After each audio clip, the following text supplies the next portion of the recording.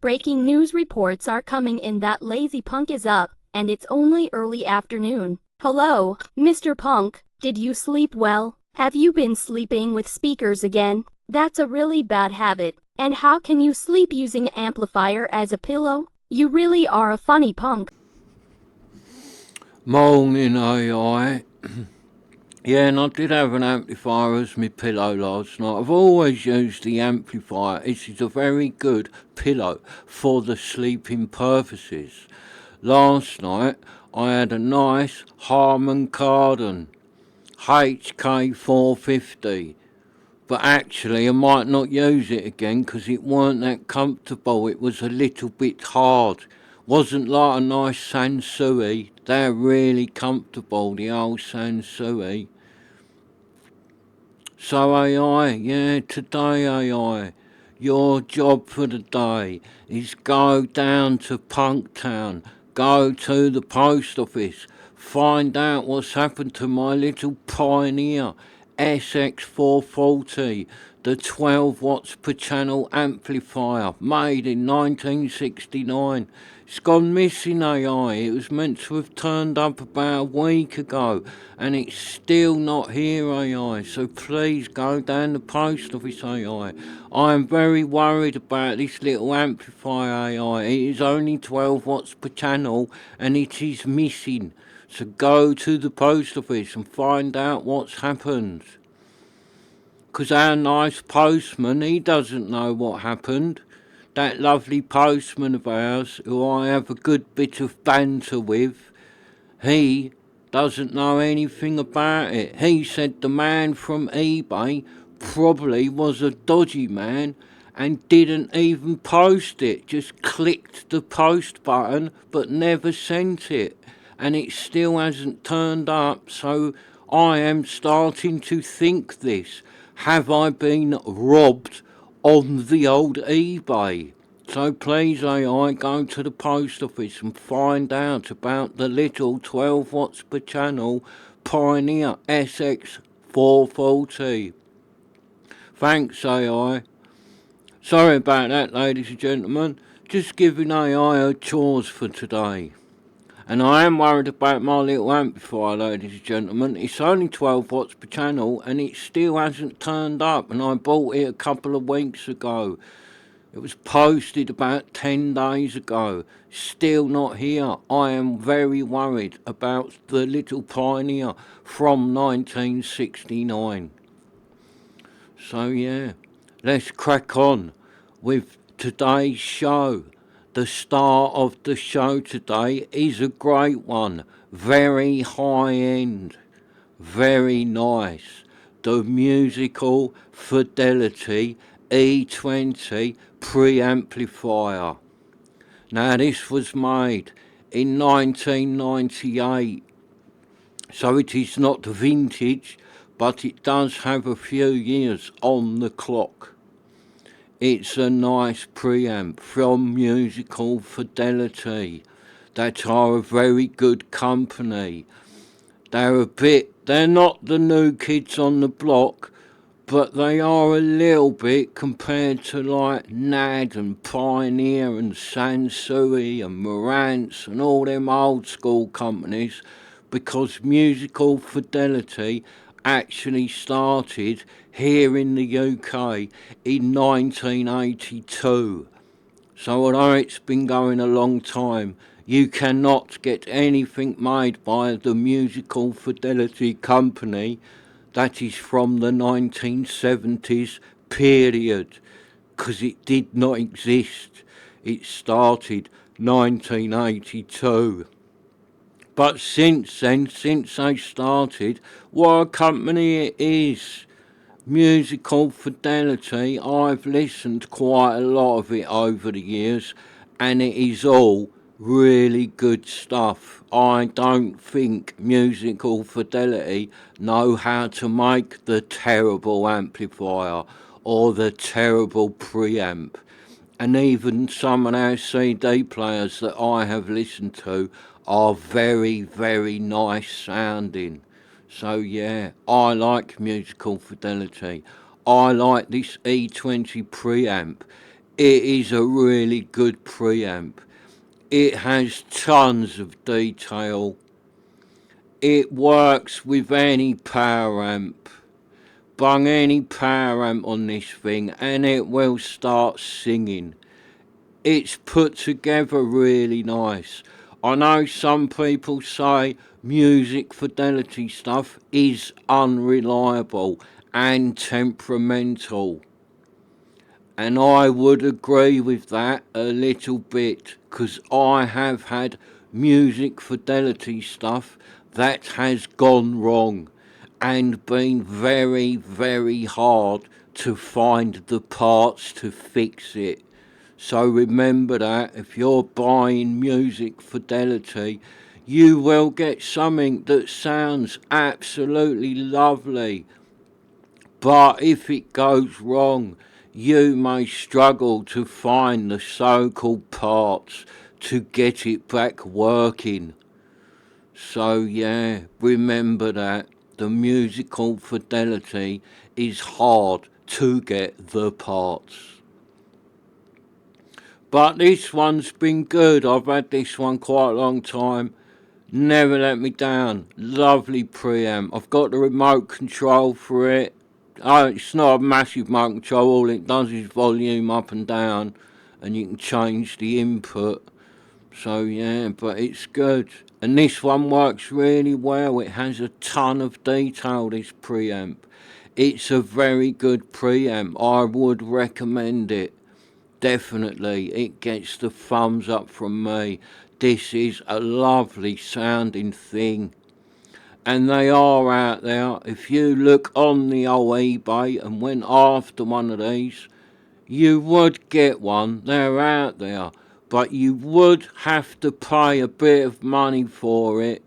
You're not getting one of these cheap as chips. It might not cost the so-called arm and leg, but it is going to be a bit of money if you want one of these. But I would say it is worth it, because it is a really nice sounding preamp. It really is. Of all the preamps I've got, this one is really nice sounding. It's a really good preamp. But I would say I do know people that have had musical fidelity stuff that has gone wrong. And on the old eBay, yeah, you can find musical fidelity, but there is a lot of musical fidelity on there that does not work. It has gone wrong and let down its lovely owner, and it has gone on the eBay in an unworking condition. So be prepared with that, with the music fidelity. It has not got the reliability of an old NAD or a Sansui. It does seem to go wrong a bit, but I have had this. You can also, for this, they did a E30 power amp, which is the power amp to go with this. I have not got this amp. I use it on the Rotel in the picture, a BX Rotel power amp, which is nice. I use it with other power amps. I've got Sugdens, lots of different power amps, an Arcam, a Roxanne, and yeah, they're all good, but I would like to get the E30, which is what this preamp was intended to go with. So maybe it is a bit on my list of one of the next things I want to try and get my hands on, the E30 power amp that runs with this. I'd also like to get the CD player that goes with it, because the three together with their black smoked glass fronts look really nice, and I think it would be a very, very good system. So yeah, I like music fidelity very much, although they have let me down in the past. I will forgive them that, because their stuff is so good. You cannot not like it. If you are into hi-fi, you have to like Musical Fidelity because it is top banana and very hard to beat. And I think that reliability bit does go against it. So although it costs quite a bit of money, it's not as expensive as it would be if it was bomb-proof and never went wrong. So yeah, just remember that Musical Fidelity is a gamble, and I always use it. Really hot sunny day when it's baking indoors and the cheese and biscuits are melting. Do not use the Music Fidelity. I think it's them days that are too much for it. Or do not put the Music Fidelity by the radiator in the house. Put it away from the radiator in the cold little corner, and your Music Fidelity should be fine. Or put a fan on it if you must use it on a hot day. Put the fan on it, blow some air at it, because I think that's where they go wrong, when they get so hot. So yeah, they get hot, they cook themselves inside. So with this Music Fidelity, good ventilation is a must.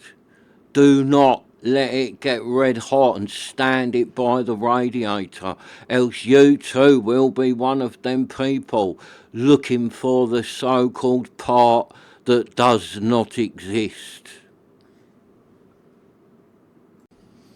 I would say that doesn't apply too much to this preamp. This preamp does not get hot, but I've had other Music Fidelity like amplifiers, like integrateds, and they run so hot. That is what I'm talking about. They need ventilation. Hot day, put a fan on them. So I would imagine their power amps are the same. They're going to get red hot. So they need ventilation. Musical Fidelity stuff is hot. Believe me, could fry bacon on some of them power amps for Music Fidelity. You could chuck the cooker out and just have that in your kitchen and live off fry-ups with the lovely tones of its music. But yeah, this preamp doesn't do that. As you know, preamps haven't got the amplifier in them, so they don't get hot. So I think that's why this preamp has survived. It does not suffer the dreaded Musical Fidelity burnout. So let's have a closer look at the front. Not a lot going on the front. Nice black smoked glass face. That's your selector for your inputs, selecting what you got in it. That's your output selector, up and down. It's got a nice volume wheel and the on-off button. That is all you get on the front of the Musical Fidelity. So yeah, it's very user friendly, easy to use. What do you think of this one, Robin? Yeah, I love the Musical Fidelity. It's got a really nice sound, and I like that other one we had until it burnt out and went wrong and it started stinking. Did stink, that other one, didn't it? It got so hot. God, yeah, it got so hot. It was a smelly Fidelity. Alright, Robin. Yeah, we do like the Music Fidelity, Robin. Got a great sound, doesn't it, mate? Yeah, it's got tons of detail and really nice tones. I like this Music Fidelity. Can I have it in my room? Maybe, Robin, I'll let you have this one with this Row 2 amp. After the show, I'll set it up in your room, mate. Yeah? Oh, yeah, thanks. I'm going to have the Batman tune in high fidelity, detailed sound, and then followed by Rockin' Robin. Yee. Alright, Robin, I'm sick of them songs, Robin. You need to get some new ones, mate. Get some new songs. I'm bored of them too. Every day, same old songs.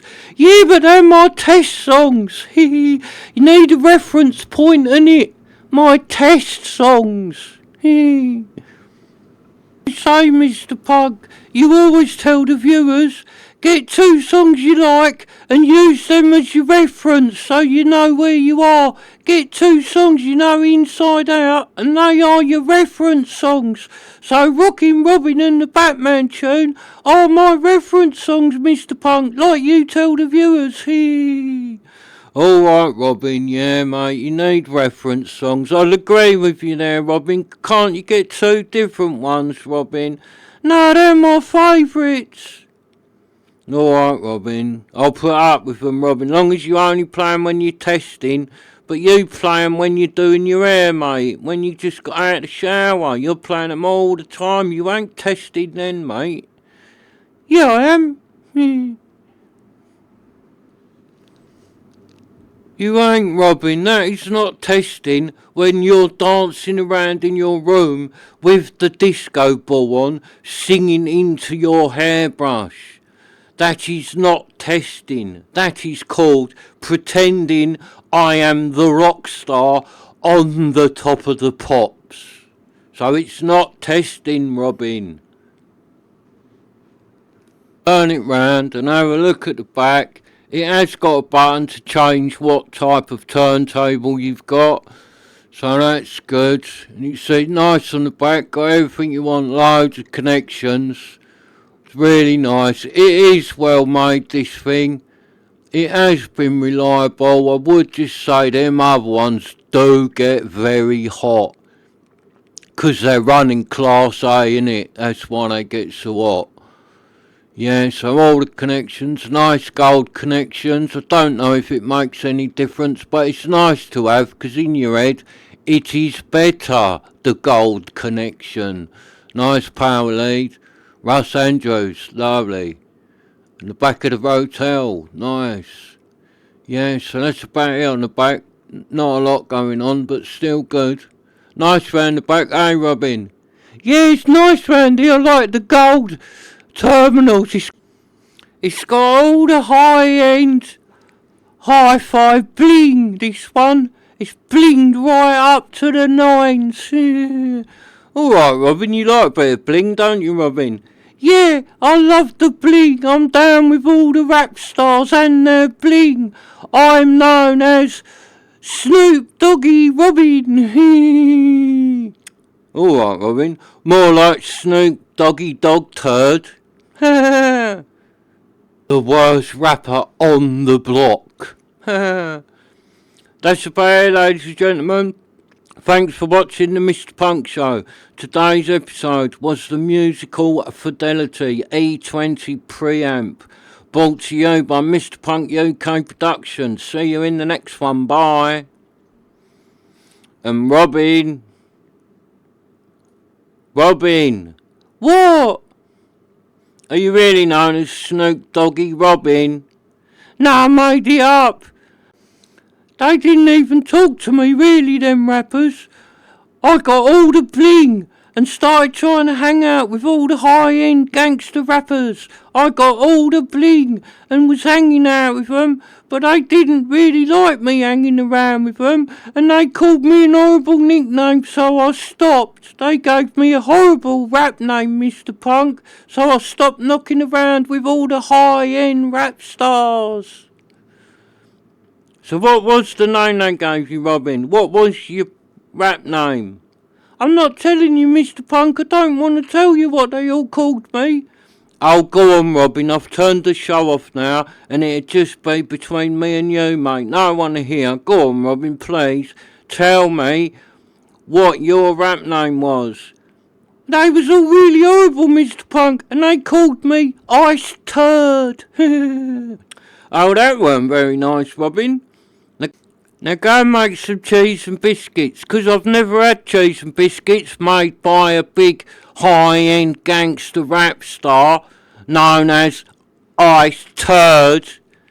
See, I knew you'd call me that. That's why I didn't want to tell you, Mr. Punk. Don't say it again, I hate it. No, I won't, Robin, I promise. I won't call you Ice Turd anymore. I'll call you Turd Pack. Turd Pack. You do come out with a Mr. Punk. Turd Pack.